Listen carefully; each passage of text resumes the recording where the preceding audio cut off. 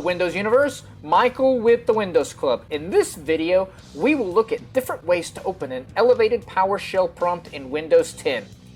We will link an article in the description that will go further in depth on the subject. If you opted to display the PowerShell instead of the command prompt, then simply press Win and X and choose PowerShell. You can also go to the search bar and type in Windows PowerShell, run as an administrator. What you can also do is open a command prompt, run as an administrator, and simply type PowerShell and hit enter. You can then use the command prompt as the PowerShell itself.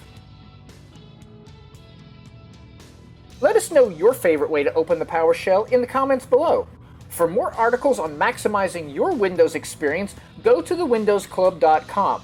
If this article helped, give us a thumbs up and subscribe, where we are always adding new content to make your digital world just a little bit easier. Thanks for watching and have a wonderful day.